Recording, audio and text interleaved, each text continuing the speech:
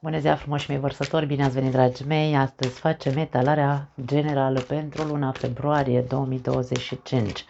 La mulți ani celor născuți în luna februarie, bineînțeles. Vă pup cu mare drag și vă doresc să aveți o zi minunată și să se îndeplinească toate dorințele. Această etalare, după cum am zis, este una generală. În descriere veți găsi fiecare minut cu fiecare arie în parte despre care vom vorbi și este valabilă pentru toți cei care aveți soare, lună, ascendent sau Venus în vărsător. Începem cu aspectul general al lunii februarie pentru voi, să vedem care este el. Să vedem dacă vrea să iasă singură cartea cu aspectul general al lunii februarie. Ok. A primi. E rândul tău să primești, probabil. Foarte frumoasă energie. Îmi place ce văd. Să nu uităm că atunci când ne referim la a primi, trebuie să existe o reciprocitate. Dacă nu dai, nu primești, nu? În primul și în primul rând, de acolo pornește reciprocitatea. Dacă este rândul tău să primești, înseamnă că ai oferit. Dacă nu ai oferit, este momentul să începi să te gândești că trebuie să oferi dacă tu vrei să primești ceva în schimb. Bun, hai să vedem clarificări la ce se referă. 5 de monede, wow! Și paj de bâte. Ceea ce lipsește aici pentru unii dintre voi pare că este focul. Vă simțiți goi, singuri. V-ați răcit într-un fel sau altul. Pentru unii dintre voi poate fi din punct de vedere relațional. Ai rămas, nu știu, uite, ai rămas fără prieteni, ai rămas fără partener sau nu te mai bagă partenerul în seamă, simți așa o mare goliciune, un mare gol în tine, înăuntrul tău. Te simți al nimănui, ca și cum nimeni nu te vrea aici. 5 de monede pentru mine de multe ori îmi transmite această frază, nu, nimeni nu mă vrea, da.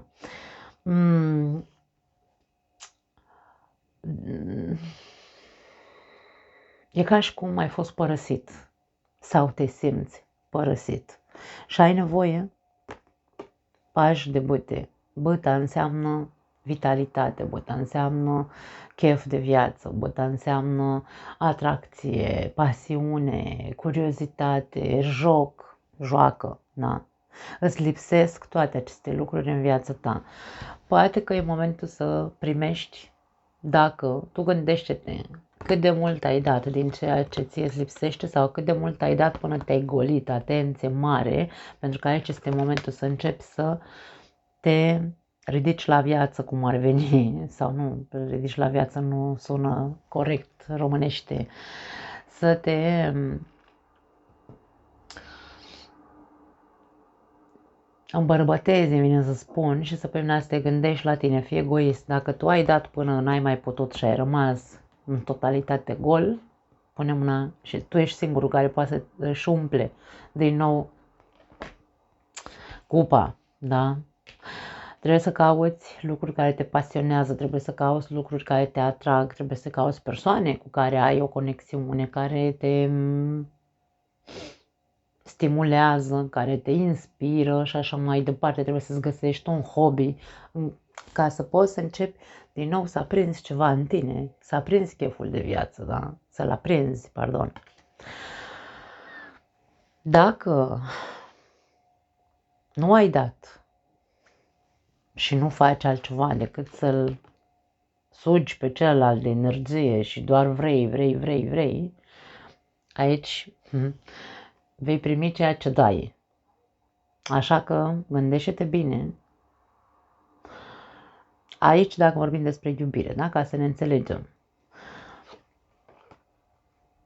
Aici e vorba despre cât de mult timp mai joci jocul egoistului în care doar pentru tine vrei. Doar tu vrei să primești și îl lași pe celălalt fără nimic înăuntru. Dacă e reciprocitate, să fie reciprocitate. Nu poți să fii doar pe subt de energie și de alte beneficii de la celălalt și tu să fii prințul cumva, da? Pajul de bâte, să fii prințul care crezi că ți se cuvine doar ție să ți se ofere și tu să nu dai nimic. Întotdeauna se poate citi viceversa. Când vorbim despre reciprocitate, ori dai prea mult, ori nu dai deloc. Sau ceri prea mult. Chiar dacă dai, nu dai atât de mult cât să existe o compensație. Da? Acum, pentru alții dintre voi, poate fi vorba aici despre o, hai să o numim, recompensă din partea Universului, pentru că vorbim despre aspectul general al lunii, o recompensă în urma unui proiect pe care îl ai de mult pe piață, poate, sau în care poate unii dintre voi nu l-ați pus deja pe piață, nu l-ați pus încă pe piață, ați investit mult timp, ați pierdut, să zicem, între ghilimele, prea mult timp, ați investit prea mult din voi, din energia voastră, v-a consumat în totalitate acel proiect și acum este despre a primi, da? E ca și cum Universul îți răsplătește toate acele eforturi pe care le-ai făcut în proiectul care până acum n-a dat roade. Ai avut o perioadă complicată din punct de vedere financiar, te-ai zbătut ca peștele pe uscat cumva, poate foarte multe lipsuri financiare, dar tu aici cu pajul de bâte ai insistat. Nu s-a stins în tine încă dorința de a continua acest proiect în ciuda faptului că nu ți-a adus niciun beneficiu, în ciuda faptului că poate ai fost obosit și așa mai departe. Pentru alții dintre voi poate fi vorba despre o boală care o depășiți. Știu că nu vorbim despre sănătate încă, dar îmi atrage atenția și când îmi atrage atenția anumite, adică în mintea mea se formează propoziția și zice și insist să am acele cuvinte în cap, trebuie să le transmit. De-aia am așa un mod ciudat de a interpreta cărțile. Așadar, dacă ați avut probleme de sănătate, vedem cum în luna februarie încep să te simți mai bine, te repui pe picioare cel puțin. Este începutul unei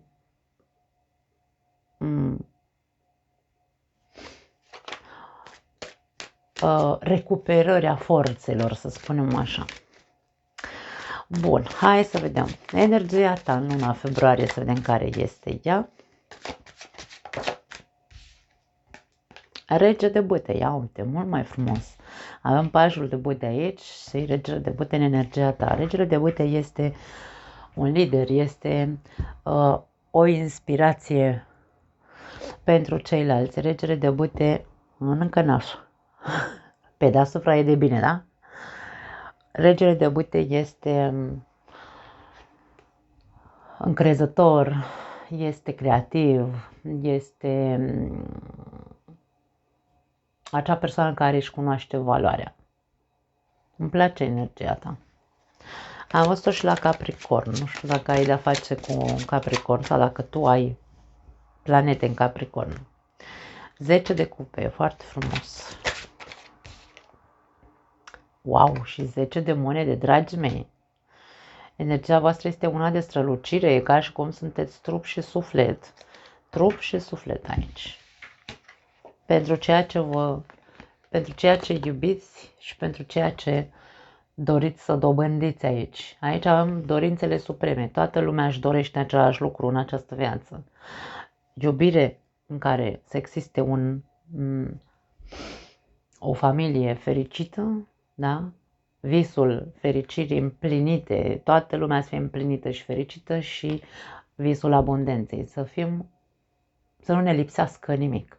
Și aici se vede în tine ca și cum ești dotat cu acele energii în luna februarie în care să-ți menții energia atât de încrezătoare încât să fii un exemplu, pentru că și regele de bâte și regina, de bâte îi inspiră pe ceilalți. E ca și cum ai o energie debordantă în care toată lumea din jurul tău, inclusiv familia, prietenii, toți încep să te ia ca exemplu. Pentru că tu arăți că nu-ți lipsește absolut nimic. Ai toți porci în baltă în luna februarie. Acum, dacă vorbim despre acest aspect cu a primi și conștientizezi ce am zis mai devreme, da? La început. Dacă dai prea mult, dacă ai dat și primești puțin, aici e vorba despre tine, tu trebuie să faci ceva în privința asta.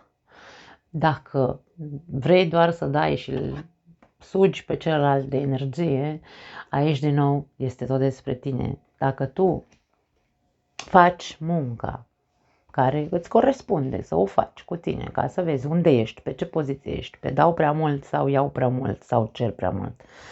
Aici vedem cum, inevitabil, dacă tu aici ești doar iubire, inspirație, motivație, susținere pentru ceilalți, n-ai cum să nu primești, adică aici ca și cum vei primi tot ceea ce ți-a lipsit până acum. Ideea e să-ți schimbi energia. De-aia vorbim aici despre foarte, foarte multă energie pozitivă. Îmi place foarte tare ce văd. Hai să dăm iubirea pentru cei care aveți o relație. Ia uite, wow! 3 de spade, cei care aveți o relație. Ce se întâmplă în relația voastră? Hai să vedem. Ups. 4 cărți au sărit. Ok. As de bâte. Rege de monede. Lumea. Și 4 de bâte. Toate cărțile sunt pozitive.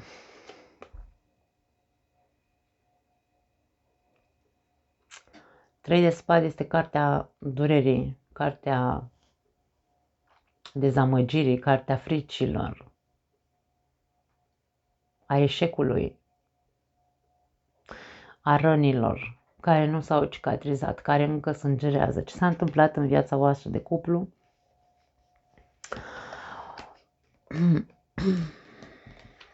Care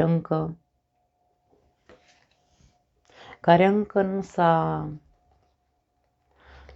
nu s-a cicatrizat, să zicem așa.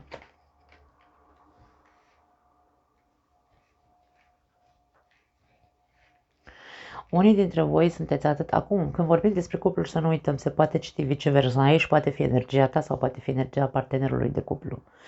Ori tu vei suferi în această lună, ori celălalt va suferi. Cineva aici va suferi.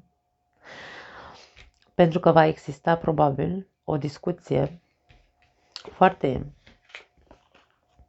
sinceră despre ce facem cu această relație. Pentru că e prea multă durere.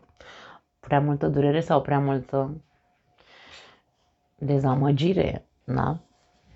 Sau sunt prea multe traume din trecutul nostru în care unul dintre noi nu poate să treacă peste, da? Și se simte încă suferința în luna februarie.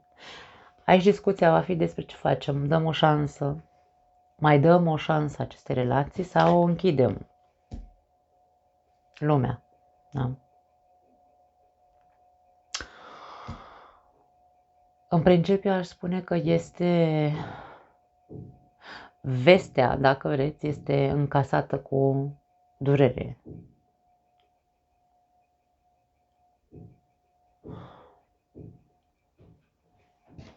În final se vede un 4 de bâte. 4 de bâte, cartea armoniei, este cartea echilibrului, este cartea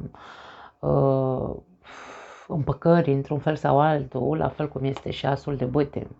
Poate decizia se va lua, dar 4 de bâte în același timp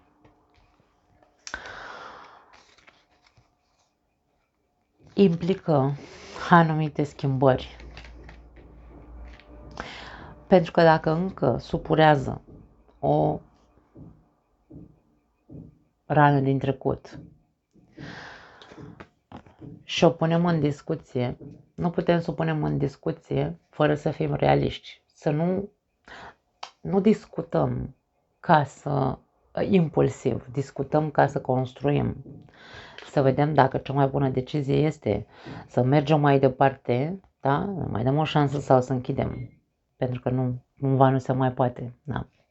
4 de bâte implică participare și armonie, adică dacă ne dăm o șansă și nu terminăm relația, să ne dăm o șansă pentru că noi am trăit multe lucruri în relația noastră. Că am rămas încă cu această dezamăgire și durere. Ok, suntem oameni maturi, putem să discutăm cu adevărat, nu doar așa din impuls, bla bla bla. Putem să discutăm cu adevărat despre tot ce s-a întâmplat în relația noastră, tot ce s-a întâmplat. Și atunci decidem dacă începem un nou ciclu, pentru că închidem un ciclu care, Doamne, hai că ne-am săturat să tot suferim, aici începem să construim bazele, da? Unui nou ciclu, care să nu mai aibă de văzut cu ciclul anterior, cu ăsta. Da? Dacă decidem într-un mod matur să mai dăm o șansă, lucrurile trebuie să făcute altfel. De-aia vorbim aici despre baze solide sau o nouă structură a relației. Nu aș spune că este vorba despre o despărțire. Este o discuție care poate pune pe masă despărțirea. Dar până la urmă probabil se alege să se mai dea o șansă. Hai să vedem un sfat pentru voi. Tot iese mesajul ăsta. Și eu nu-l extrag, sar singure cărțile. Cum ți se pare acest final fericit? Finalul este fericit. Aici un final fericit. Exact asta ne exprimă aceste două cărți. Începe prost, să zicem așa, lună, dar finalul va fi fericit. Cum ți se pare? Te bucură acest aspect sau te învrăjbește? Ca și cum, de ce nu pot să mă rup? De ce nu pot să mă despart? Aici poate fi cineva care își dorește, pentru că de atâta suferință, chinuială, tristețe și așa mai departe, să-și dorească să se despartă unul dintre voi doi. Dar finalul este fericit că se mai dă o șansă și atunci se întreabă de ce aici, Doamne, de ce îmi dai finalul ăsta fericit, de ce nu mă pot rupe, de ce? Sfatul este să nu fii învrăjbit. Sfatul este că dacă voi într-adevăr aveți aici o discuție foarte serioasă, constructivă, în care nu să rămână doar la nivel de vorbă, promitem că ai vers pe pereți că facem, ci să facem, da? Pentru că aici avem 4 stâlpi. Stâlpii înseamnă susținere, ne susținem ce am promis și punem mâna și facem. Nu să rămână doar la nivel de, cum am zis mai devreme, bla-blauri, da?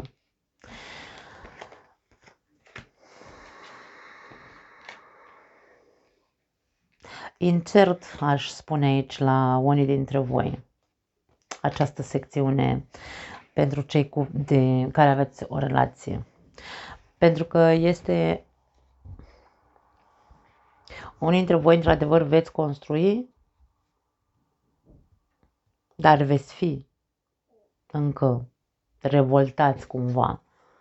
De ce nu am putut să mă rup? Și poate că va mai exista această supurare din trecut. Nu știu ce s-a întâmplat în trecut atât de grav încât sau ce se va întâmpla acum în februarie atât de grav încât să se pună la îndoială decizia de a da o nouă oportunitate și de a construi, și faptul că se rămâne cu acel de ce înăuntru, da? Da, interesant. Vom vedea în lunile următoare ce mai apare. Hai să vedem. Iubirea pentru cei singuri. Ia uite că a și sărit aici. Justiția. Măi, foarte tare la voi aici. Justiția vine cu acceptare. Cinciul de cupe, acceptarea unei pierderi. Poate v-ați despărțit recent. Unii dintre voi ați rupt o relație recent sau ați divorțat sau, mă rog, se termină divorțul acum. Și avem, ce avem aici? Wow, 2 de cupe și 5 de bâte. Unii dintre voi nu puteți să trăiți cu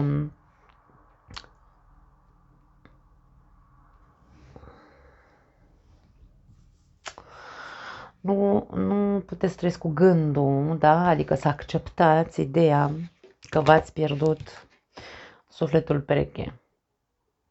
Acea persoană cu care a avut o relație și te-ai despărțit sau s-a întâmplat altceva. Cinciul de cupe este cartea doliului, să nu uităm. Poate unii dintre voi v-ați pierdut partenerul de viață prin moarte. Îmi pare rău dacă s-a întâmplat așa ceva. Dar aici vorbim despre faptul că nu pot să mă ridic de la pământ. Încă am o grămadă de contradicții în mine și sunt și eu aici, sunt învrăjbit, la fel ca cei care au o relație și cei singuri încă sunt în disconfort. Nu reușesc să accepte ideea pierderii acelui partener de viață pe care l-au numit sufletul lor pereche. Asta pe o parte. Pentru alții dintre voi,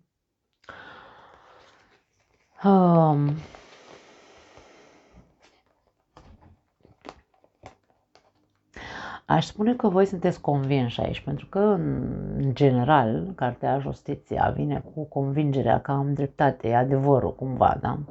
Dar justiția este oarbă, de-aia și are ochii astupați, da? Sunt convins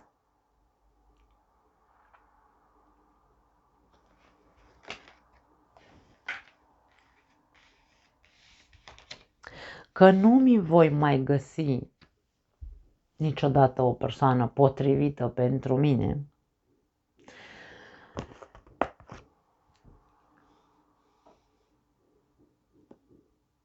și indiferent cine ar apărea în viața mea,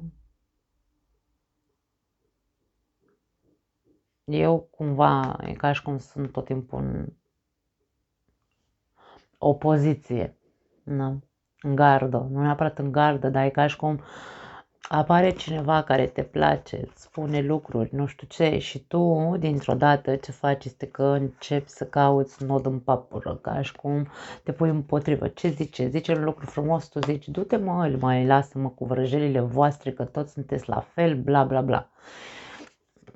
Atenție mare, pentru că tu îți spui ție aici că toată lumea de pe planeta asta nu face decât să dezamăgească. Din nou, aici vorbim despre un fel de îi băgăm pe toți în același sac, pe toți, pe toate, să rămânem clar, da? Aici vorbim despre asta, pentru că poate în această lună să apară în viața ta o persoană, uite dacă vrei karmică, că tot ne place așa de să discutăm despre karme și suflete pereche, poate să apare cineva în viața ta dintr-o altă viață, persoană karmică, cu care tu ai de trăit legea învățării, legea învățării să iubești cu adevărat, dacă vrei. Legea, o relație karmică în care îți va arăta ce înseamnă cu adevărat să pierzi din cauza faptului că ești pe contră tot timpul sau împotriva celuilalt, împotriva ideilor celuilalt. Ești tot timpul pe râcă, adică cinciul de bâte sunt certuri tâmpite. Da? Aici este vorba despre un posibil partener karmic care va veni cu această lecție. Îți place sau nu-ți place? Probabil că veți avea o relație ca să învățați unul de la celălalt, asta e reciproc. Ori sunteți conflictivi amândoi, ori sunteți toți amândoi, împotriva tuturor celorlalte ființe de pe planetă și ca și cum nimeni nu mai e, Domne, sincer, toată lumea te părăsește, aveți aceeași poveste în comun cumva. Probabil că partenerul karmic este acela de la care avem ceva de învățat și care, bineînțeles, și el are ceva de învățat de la noi. Dacă amândoi suntem cumva la fel, trebuie să ne învățăm lecția și trebuie ce? Să facem, să ni se pună oglinda în față. Uite, suntem la fel. Da. Hai să rezolvăm această diferență atât de asemănătoare. Ia uite ce interesante cuvinte ies. Hai să vedem un sfat pentru voi. Poate că ar trebui să deschideți ochii și să vedeți că aveți o lecție de învățat de la acest partener și automat el de la voi. Dar am aici o senzație de foarte mare asemănare între voi doi. Asemănare și diferență în același timp. Întoarce-te la tine însuți. Acest tine însuți este acest partener care te va oglindi sau în care vă veți oglindi unul față de celălalt. Este sufletul tău pereche, pentru asta este momentul să-l întâlnești în această perioadă sau să începi o relație cu această persoană în luna februarie. Foarte interesant. Hai să vedem cariera, banii, jobul, tot ce ține de economie, proiecte, 7 de monede ai de primit, după cum am spus și la început aici, la începutul etalării, cu acea reciprocitate sau a primi, era primul cuvânt, vedem niște rezultate sau niște recolte pe care probabil le aștepți sau le vei culege. Poate s-a copt ceva sau se coace ceva în luna februarie, din punct de vedere financiar. Că sunt recompense în urma unor investiții pe care tu le-ai făcut, că te-ai schimbat jobul, nu contează. Vedem aici cum ceva se încropește. Avem 7 de bâte și 8 de bâte, foarte tare, îmi place foarte mult când ies așa în secvențe de creștere, 7 și 8 de bâte, dragi mei. 7 vine cu schimbări, este, hai să zicem așa, poate dacă tu ai făcut deja în trecut investiții sau, mă rog, ai investit în tine, ai investit timp, cursuri, nu știu, nu contează, ai făcut ceva din punct de vedere financiar, mă refer, și ai ținut-o pe ta, ți-ai apărat acea investiție, ți-ai protejat-o, ai zis nimeni nu poate să mă înduplece, să renunț la ceea ce eu am investit. Aici vedem cum 8 de bâte este o zonă înaltă sau este o țintă foarte înaltă, pentru că tu ai o țintă înaltă și aici vedem cum încep să vină către tine. Ce vin? Bești, poate noi contracte, de ce nu?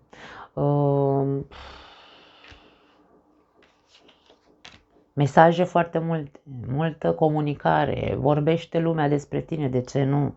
Deci aici sunt anumite lucruri la care tu nu ai renunțat din punct de vedere financiar și aici încep să vezi rezultate. Rezultatele sunt că încep să devii mai vizibil și să fii mai dorit, îmi vine să zic, nu știu de ce. Nu dorit fizic, ci dorit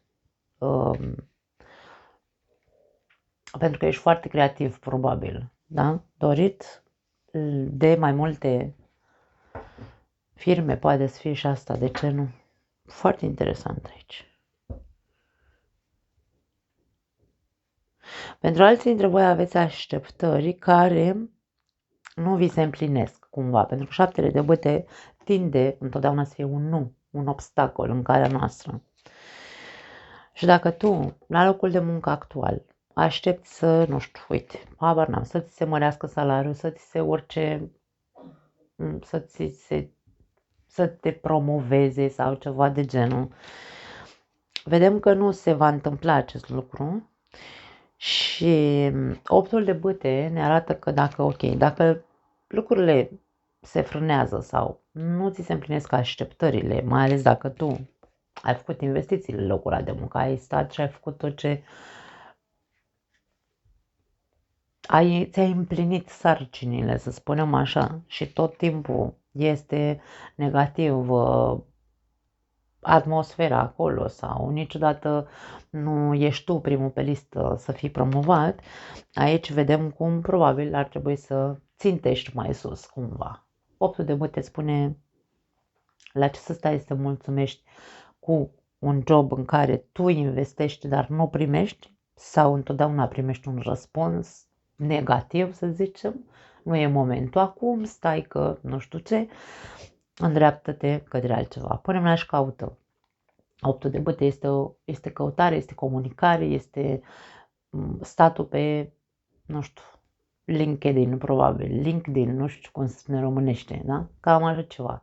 Puneți CV-uri pe peste tot unde tu crezi că poți să ajungi să țintești mai sus, nu în aceeași poziție în care ești aici, da?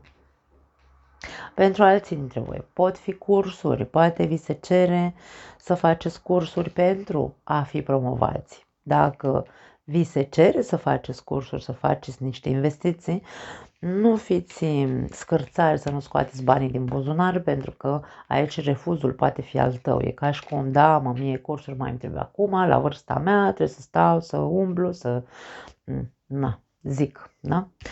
Vă ajută să ajungeți mai sus. Așadar, nu refuzați, nu fiți voi cei care vă blocați într-un fel sau altul creșterea din punct de vedere financiar.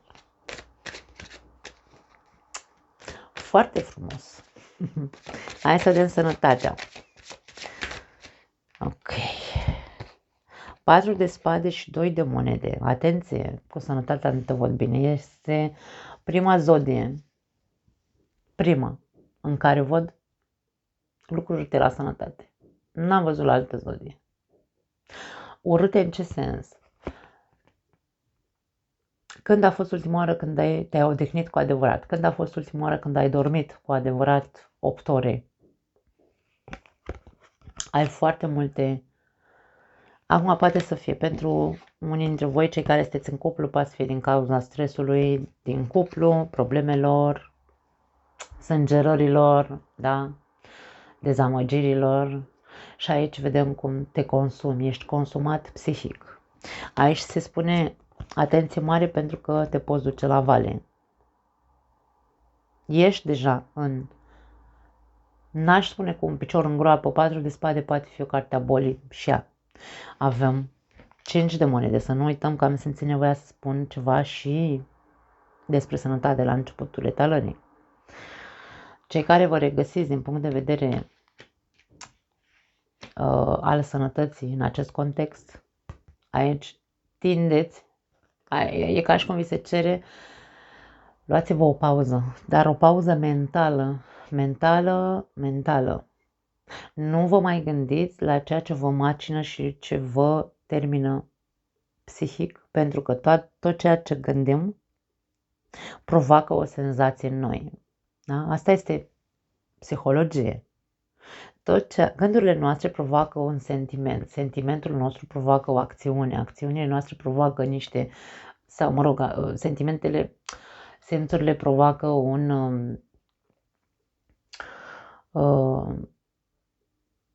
da, nu știu dacă neapărat o acțiune, ideea este alta, că noi singuri ne inducem de foarte multe ori boala în corp din cauza, totul pleacă de la cap. Totul pleacă de la cap. Așadar, luați-vă o pauză și meditați și vedeți cu ce vă rupeți capul, gândurile, pentru că sunteți cu un picior în prăpastie. Duelul de monede este, hai să zicem, o cumpănă, da? E o cumpănă în care trebuie să știu să jonglez ca să mă țin pe picioare. Trebuie să știu să jonglez cu mintea mea, să nu mă ducă de râpă, să nu mă ducă în boală cu adevărat, într-o boală complicată mă refer, da? Wow! Hai să vedem.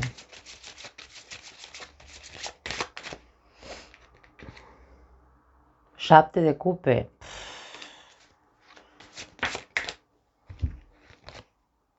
4 de monede și 4 de cupe, dragii mei.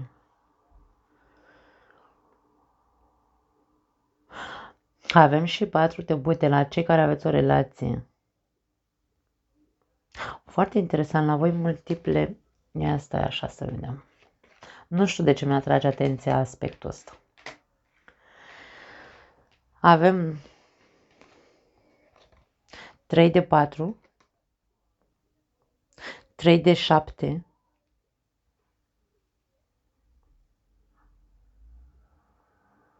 2 de 5 și 2 de 10. Nu, 2 de 5, nu, 3 de 5. Avem 5 de cupe, 5 de bâte, 5 de monede. De ce mi-atrag atenția toate lucrurile astea? Stau și mă întreb eu.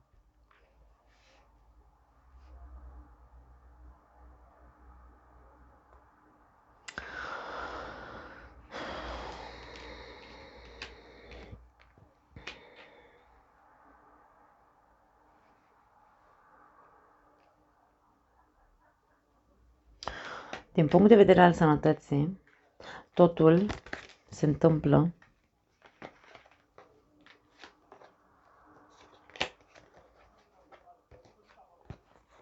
în mintea ta. Mintea ta este plină de... Mie vine să spun bazaconii în momentul de față. Eu nu știu dacă cine nu se regăsește, îmi pare rău. Bazaconii. Te duci prea departe. Dacă ai deja o problemă instalată în corpul tău, o problemă de sănătate instalată în corpul tău, tu faci din țânțara armăsară aici.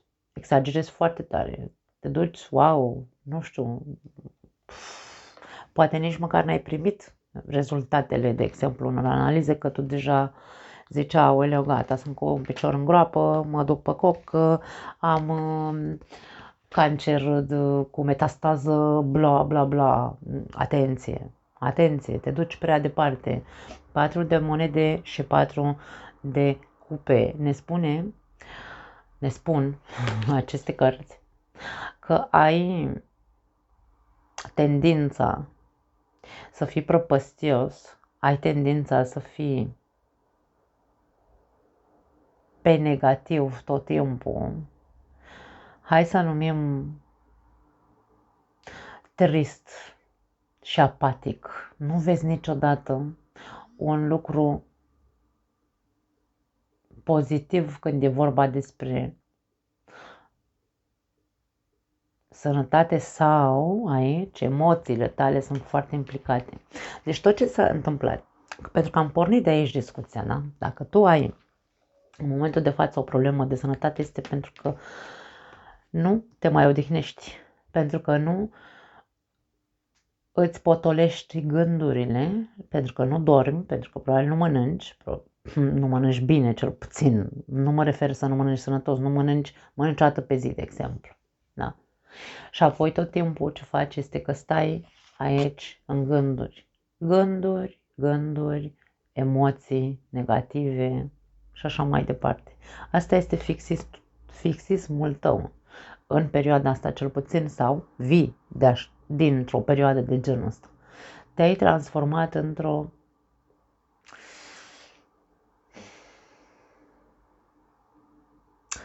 stană de piatră, pentru că nu vine să zic altcumva. Văd imaginea asta acestui rege de aici, care s-a încrustat în gândurile lui, care s-a cristalizat într-un fel sau altul în emoțiile și gândurile negative. Nu mai există nimic pozitiv în viața ta și în mintea ta în momentul de față. Și toate aceste energii au, bineînțeles, o repercusiune în corpul tău. Te-au împietrit. Poate ești închilozat, nici nu te mai poți ridica din pat. Te dor toate încheturile. Ești în depresie. Deci aici putem să vorbim de foarte multe lucruri dacă vreți, dar nu vreau să lărgesc sau să lungesc aici prea mult discuția. Doar pentru că nu acceptăm ideea că suntem niște exagerați și din punct de vedere emoțional și din punct de vedere psihic. Este un exces de gânduri continue, negative.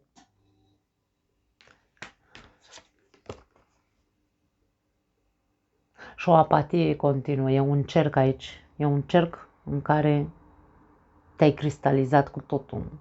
Și emoțional și mental. Și corpul tău e ca și cum nu mai poate. Ești în cumpănă. Pune-mi aici, ia-ți pauză și conștientizează faptul că tu te omori singur. Nimeni și nici boala nu vine la tine așa pentru că are plăcerea, hai să mă duc la vărsător.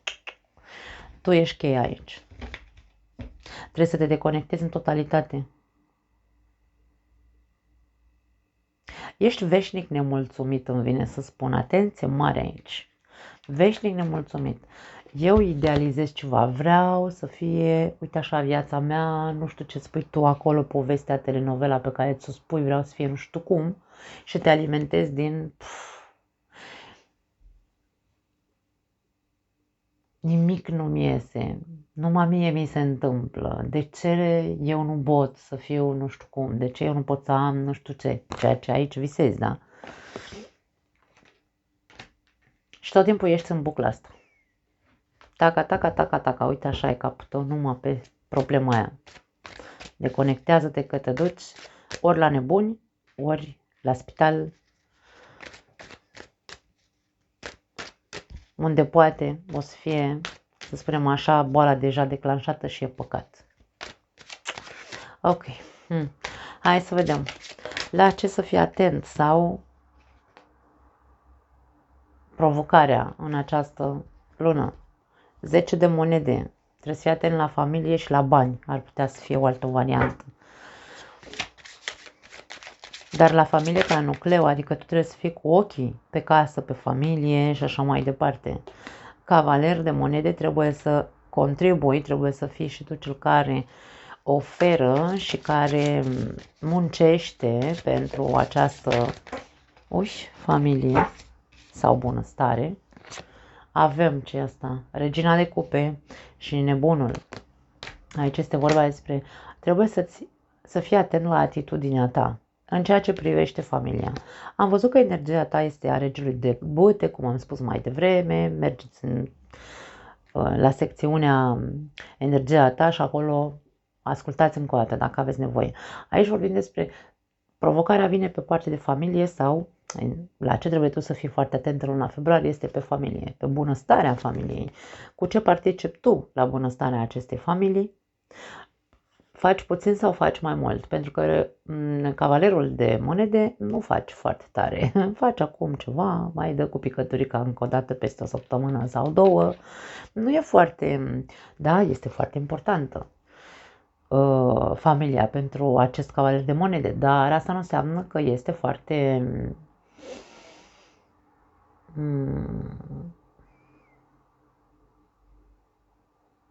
că investește foarte mult. Nu, face din când în când ăsta, da. Și ce se cere de fapt este mult mai multă căldură sufletească, mult mai multă apropiere, mult mai multă empatie față de celălalt sau de familia întreagă, da?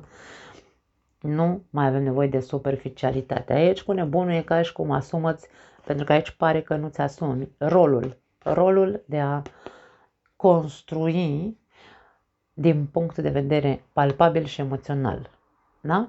Pentru a susține această familie în toate formele ei. Și aici ne arată faptul că preferi să dai bir cu fugiții în anumite momente decât să-ți asumi cu adevărat rolul. Fii foarte atent în această lună pentru că e posibil să fii din nou așa superficial și ți se cere dimpotrivă să fii foarte atent la nevoile acestui nucleu familiar.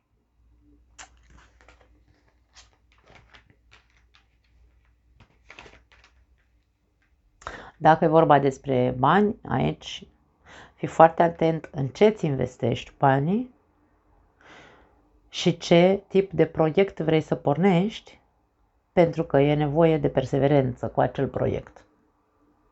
Da? Nu poți să renunți la el. Odată ce ai intrat în joc, este ceva de anvergură mare, aș spune. Da? Și odată ce ai intrat în joc cu nebunul, acest proiect, trebuie să rămâi în joc. Nu poți să dai bir cu fugiții după 2 săptămâni. Trebuie să rămâi în continuare. Perseverență înseamnă cavalerul de monede, da? Bun, hai să vedem surpriza sau de ce lucruri ar trebui să te bucuri mai mult în luna februarie. Ok, ia uite. Mai foarte mult iese, aproape a ieșit toată suita de monede la voi. Avem regele, avem regina acum, avem cavalerul de monede.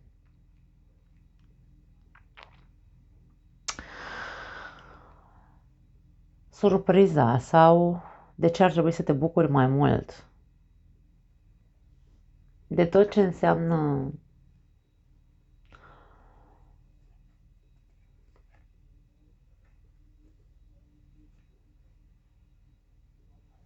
grijă îmi vine în primul rând în cap. Tot ce înseamnă atenție, nutriție către tine, către ceilalți. Bucură-te că ai cui să ai de cine să ai grijă sau bucură-te că ai pe cineva care are grijă de tine.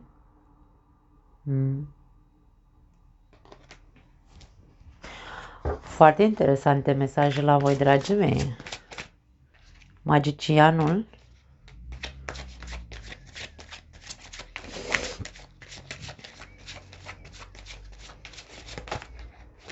Ok, m-au căzut 2 cărți.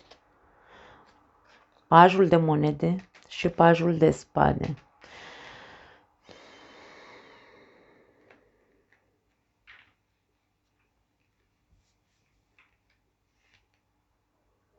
Măi, eu nu știu de ce și la voi și la, nu mai știu la ce zodie am mai simțit. Aici un fel de căutat nod în papură. Atenție mare aici, pentru că aici se spune de ce ar trebui să te bucuri. Bucură-te de faptul că ai de cine să ai grijă sau de faptul că n-am luat sughițul sau de faptul că acea persoană, o persoană cel puțin în viața ta, are grijă de tine. Pentru că aici este ca și cum tu nu te bucuri suficient de acest miracol care înseamnă persoane care te conțin, persoane care te iubesc, persoane care te îngrijesc.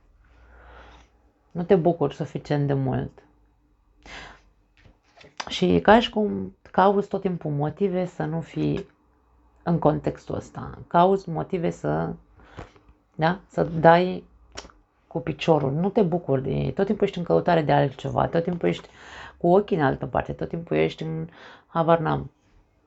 Faci orice altceva, mai puțin să te bucuri de ceea ce cu adevărat ai în această relație. Relație, viață, ce ți-a dat viața, că aici, uite, câte ți-a dat viața, bucură-te de ele.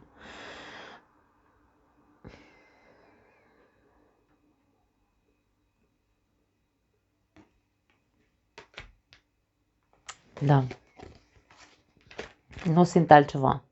Asta simt să transmit. Aș putea să interpretez și în alte feluri, dar nu. Asta este ceea ce simt. Nu vreau să gândesc ce văd în cărți, ci pur și simplu mă las inspirată de ce insistă cel mai mult în capul meu să iasă la suprafață. Bun, hai să vedem un mesaj final sau un sfat pentru voi.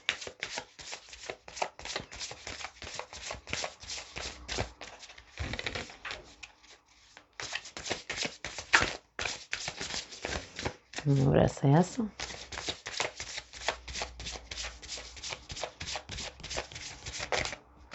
Vor să sară 15.000 de cărți? Nu, nu, nu.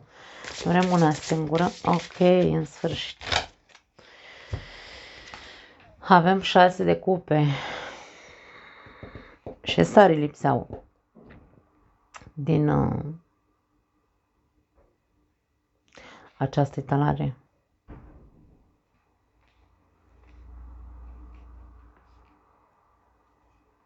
Șasele de cupe zice, oferă-ți compasiunea pe care nu ți-au dat-o alții niciodată.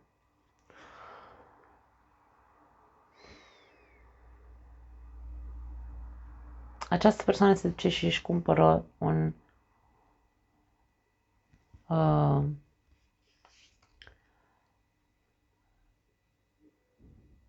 ghiveci, probabil este, nici nu mai văd bine, trebuie să-mi pun ochelarii. Un ghiveci de flori. Pentru ea însăși. Oferă-ți compasiunea și nu vorbim aici despre a îți dori ca altora să le fie milă de tine sau să țină cont de tine. Aici vorba despre, ok, dacă alții nu țin cont de tine, da? Că nu vine să-ți aduc o floare sau habar n-am, cum e în cazul nostru a femeilor. Du-te și cumpără-ți tu. O să ziceți, da, păi nu, că în relații nu e așa, că trebuie să vină celălalt. Da, așa este, trebuie să vină celălalt. Dar ideea este că nici nu putem să stăm să cerșim. Adică când ajungem să trăim compasiune pentru noi înșine, începem să ne plângem de milă și începem să ne transformăm în victime. Nu e cazul să fim victime în această viață, nu ne-am născut să fim victime, ne-am născut să punem piciorul în prag și să zicem, ok, aici nu e vorba despre hai mă duc eu și îmi cumpăr un ghiveci de flori sau un buchet de flori și mă simt mai bine cu mine, nu, e vorba despre a conștientiza. Dacă ai ajuns în stadiul în care tu va trebui să-ți cumperi ție ceva, pentru că celălalt nu vede că trebuie să facă. Am început cu reciprocitatea. Este valabil și pentru cei care primiți și pentru cei care nu oferiți. Da? În momentul în care tu ajungi să fii victimă sau agresor în cazul în care tu ești cel care nu oferi, da? Aici deja trebuie să ne întrebăm alte lucruri și să începem să punem piciorul în prag, pentru că nu se poate să stăm înconjurați de persoane care nu au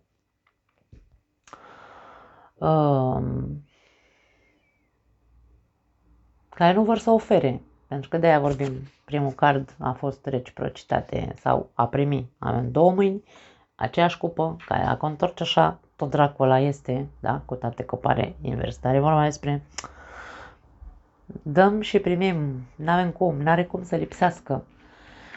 Nu trebuie să lipsească nimic în relațiile din viața noastră. Da, nu mai am altceva pentru voi. Interesant, foarte interesantă etalarea voastră. Vă pup, la mulți ani încă o dată, ne vedem data viitoare, dragii mei. Ciao!